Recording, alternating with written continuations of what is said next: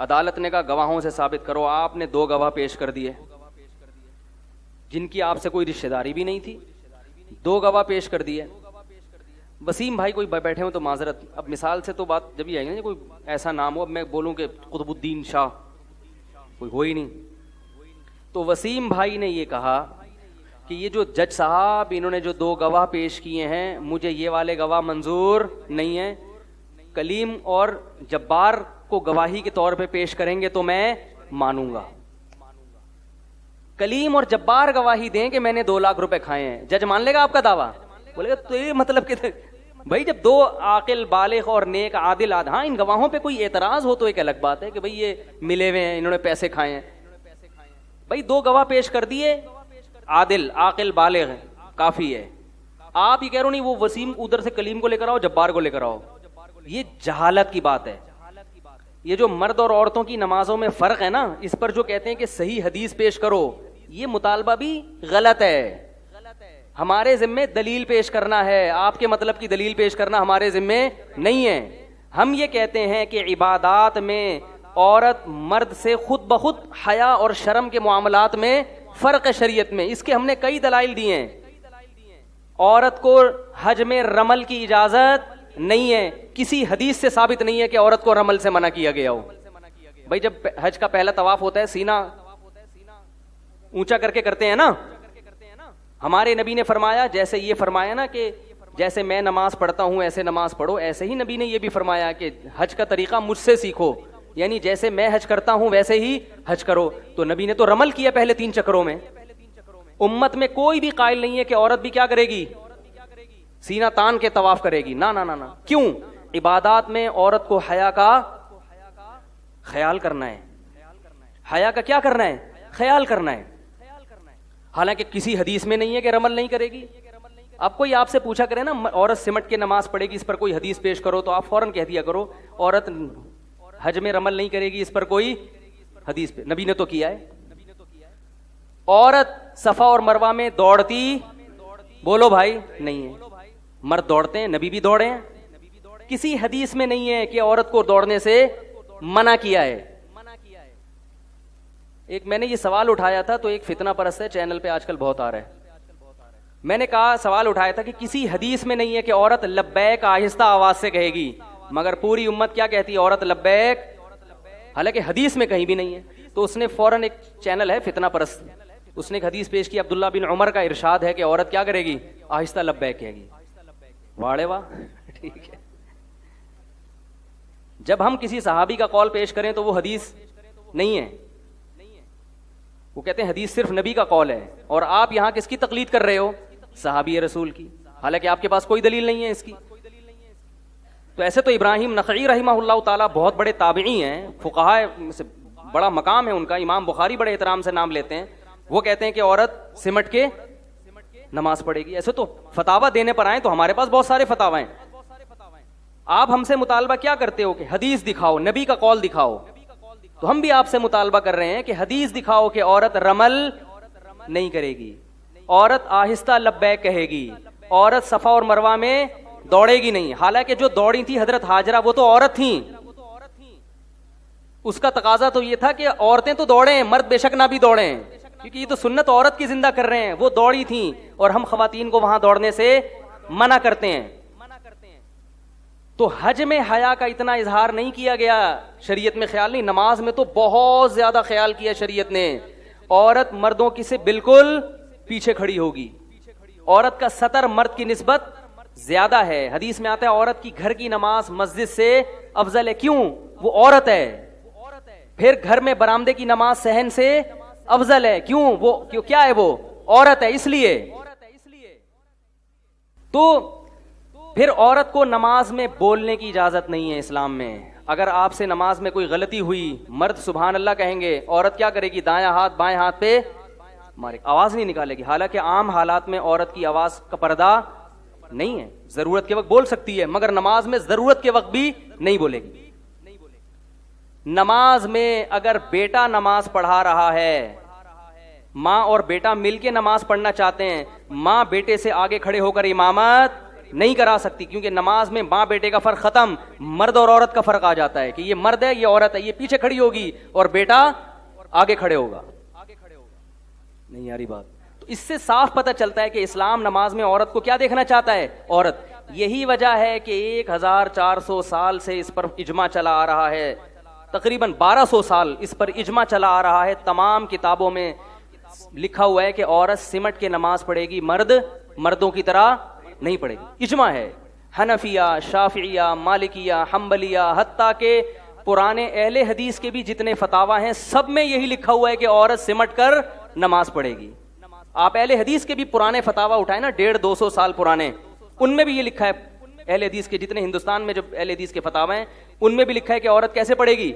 یہ بعد میں اہل حدیث حضرات نے مسئلہ نکالا ہے، اور اس میں یہ شیخ بن باز جو سعودی عرب کے مفتی اعظم تھے انہوں نے یہ رائے قائم کی ہے کہ عورت کیسے پڑھے گی جیسے مرد پڑھتے ہیں. ان کی رائے کو یہاں اہل حدیث نے فالو کیا. اس سے پہلے ہمیں کہیں بھی نظر نہیں آتا، اہل حدیث کے فتاوی میں نہیں ہے. ایک مسئلے پر جب امت جمع ہو جائے تو اس کی مخالفت جائز نہیں ہے، کیونکہ حدیث میں آتا ہے لا تجتمع امتی علی ضلالہ، میری امت گمراہی پہ جمع نہیں ہو سکتی. تو یہ صدیوں سے علماء غلط فتوے دیتے آئے ہیں، وہ سارے غلط تھے اور اب لوگ صحیح ہونا شروع ہو گئے. حیرت کی بات ہے یا نہیں ہے یہ؟ تو اجماع بذات خود ایک دلیل ہوتی ہے. بعض لوگ کہتے ہیں امام بخاری نے ایک حوالہ نقل کیا ہے کسی تابعیہ سے کہ وہ مردوں کی طرح نماز پڑھتی تھیں، تو حوالہ خود اس کی علامت ہے کہ باقی ساری عورتیں اس دور میں عورتوں کی طرح پڑھتی تھیں. امام بخاری نے ایک روایت ملی تو انہوں نے نقل کر دی. جو چیز منفرد ہوتی ہے نا اس کو ہائی لائٹ کیا جاتا ہے. جیسے آپ کسی محلے میں گئے، ساری خواتین سمٹ کے پڑھ رہی ہیں، ایک آپ کو نظر آئی مردوں کی طرح، تو آپ روایت بیان کر دیں گے میں اس محلے میں گیا تو میں نے دیکھا ایک عورت کیسے پڑھ رہی ہے، بولو بھائی، اور مردوں کی طرح پڑھ رہی ہے. اس کا مطلب باقی ساری کیسے ہیں؟ یہ خود اس کی دلیل ہے. تابعین تبع تابعین کے دور میں سب عورتیں سمٹ کے پڑھتی تھیں. ایک خاتون کو امام بخاری نے نقل کیا کہ وہ کیونکہ منفرد تھی سب سے. اس کی دلیل یہ ہے کہ امام بخاری نے کسی مرد کے بارے میں نہیں کہا کہ وہ عورت کی طرح نماز پڑھتے تھے. کیوں؟ اس لیے کہ مردوں کے بارے میں سب جانتے ہیں کہ وہ مردوں ہی کی طرح پڑھتے تھے، اور عورتیں ساری عورتوں کی طرح. ایک خاتون نقل کر دی کہ وہ کس طرح. تو ہمارے جو اہل حدیث حضرات ہیں انتہائی احترام کے ساتھ، ہم ان کا بھی احترام کرتے ہیں، علماء کوئی بھی ہوں ہمارے لیے قابل احترام ہے. فروعی مسئلہ، اختلافی مسئلہ، اس میں یہ نہیں کہ کوئی جنت جہنم کا معیار نہیں ہے یہ، لیکن میں سمجھتا ہوں کہ اس میں ہمارے جو اہل حدیث حضرات ہیں انتہائی احترام کے ساتھ ان سے بہت بڑی خطا ہوئی ہے اس مسئلے میں، بہت بڑی خطا. آپ اپنے پرانے فتاوی اٹھا کے دیکھ لیں اہل حدیث حضرات، اس میں بھی آپ کو ملے گا کہ خواتین سمٹ کے نماز. ممکن ہے شیخ بن باز سے پہلے بھی کسی نے فتویٰ دیا ہو، لیکن اس سے پہلے ہمیں صدیوں تک بڑے بڑے علامے گزرے. امام احمد ابن حنبل، ان کے شاگردوں نے ان سے نقل کیا ہے کہ عورت سمٹ کے نماز پڑھے گی. اللہ کے بندو، امام احمد ابن حنبل سے زیادہ کون حدیث جانتا ہے؟ امام شافعی سے زیادہ کون حدیث جانتا ہے؟ یہ بڑے بڑے علامے کے سارے معاذ اللہ بیکار لوگ تھے. کس طرف آپ امت کو لے کے جا رہے ہو؟ امت سب سے بدگمان ہو رہی ہے.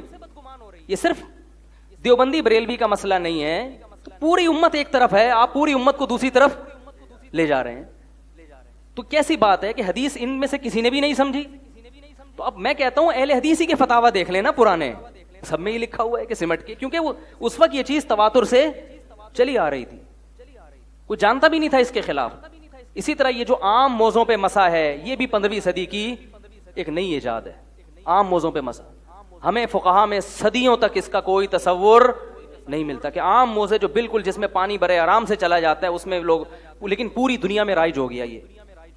تو ہم اس وقت کو دیکھیں یا اس وقت کو دیکھیں. ایک صاحب مجھے کہنے لگے مصر کے علماء داڑیاں نہیں رکھتے اور وہ بھی قرآن و حدیث کی بات کرتے ہیں اور فقہا کا حوالہ دیتے ہیں. میں نے کہا اللہ کے بندو، آج سے 150-200 سال پہلے کوئی عالم دین آپ کو بغیر داڑھی کے پوری دنیا میں نظر نہیں آیا. کتابیں اٹھا کے دیکھو نا. اب مصر کے مولویوں کو ہم مانے اس زمانے کے، تو جب بے دینی آتی ہے، میں یہ نہیں کہہ رہا موضوع پہ مسا کرنا یہ دین یا بے دینی کا، اہل حدیث حضرات نے اپنے حساب سے اس میں قرآن و سنت ہی کو فالو کیا ہے. ان کی نیتوں پہ ہم شبہ نہیں کرتے، ہم مانتے ہیں کہ ان کا مقصد اتباع رسول ہی ہے. مگر میں یہ سمجھتا ہوں کہ ان سے اخلاص کے باوجود اس مسئلے میں اجتہادی خطا ہوئی ہے. اجتہادی خطا جب امام ابو حنیفہ سے ہو سکتی ہے، امام شافعی سے ہو سکتی ہے، تو میرے بھائی اہل حدیث علماء سے بھی ہو سکتی ہے. تو اس لیے میری گزارش ہے کہ ان کو اثر نو اس مسئلے پر غور دوبارہ کرنا چاہیے. اور بعض اہل حدیث حضرات نے اس پہ آواز بھی اٹھائی ہے. خیر پھر بھی اگر غور نہیں کرتے تو جیسے پڑھ رہے ہیں پڑھتے رہیں, ٹھیک ہے.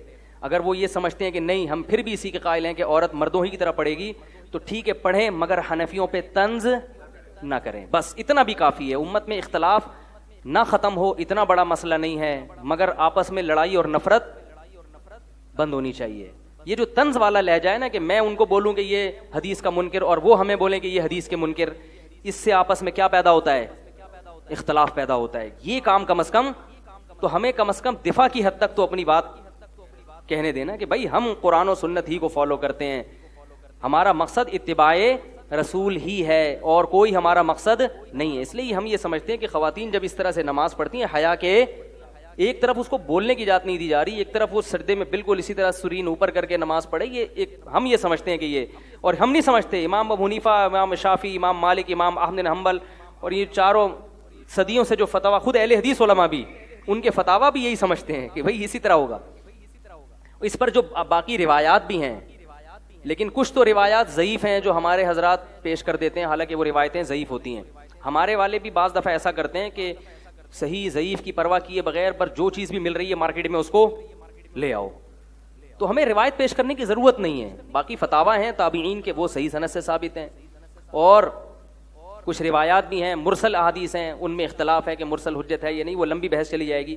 تو میں یہ عرض کرنا چاہ رہا تھا کہ جو شخص دعویٰ کرتا ہے اس کے ذمے دلیل ہے, بس آپ جس قسم کی دلیل کا مطالبہ کر رہے ہیں وہ اس کے ذمے نہیں ہے. اب مرد اور خواتین کی نماز میں آپ کے بخاری کی حدیث دکھاؤ, فلانی حدیث دکھاؤ, یہ باقاعدہ ایسی حدیث دکھاؤ جس میں آتا ہے کہ نبی نے عورتوں کو حکم دیا کہ یوں سمٹ کے سجدہ کرو, اور ایسی واضح مرفوع روایت دکھاؤ, تو بھائی ہمارے ذمے ایسی روایت دکھانا نہیں. ہم یہ کہیں گے پھر ایسی حدیث دکھاؤ جس میں خواتین کو حکم ہو کہ وہ رمل نہ کریں, وہ صفا مروہ میں دوڑ نہ لگائیں, وہ لبیک کیسے کہیں. تو عورت کا تو مطلب ہی عورت ہے نا, وہ تو سمٹے گی. عورت کا مطلب کیا ہے؟ دیکھو اللہ تعالیٰ نے حضرت موسیٰ علیہ السلام کو جو خواتین آئی تھیں, جو لڑکیاں آئی تھیں موسیٰ علیہ السلام کو بلانے کے لیے, اللہ نے ان کی چال میں حیا کا تذکرہ کیا ہے. جاءت احداہما تمشی علی استحیاء, ان دونوں میں سے ایک حیا کے ساتھ چلتی ہوئی آئی. تو اللہ کو عورت کی چال میں حیا پسند ہے, تو نماز میں حیا پسند نہیں ہوگی کیا؟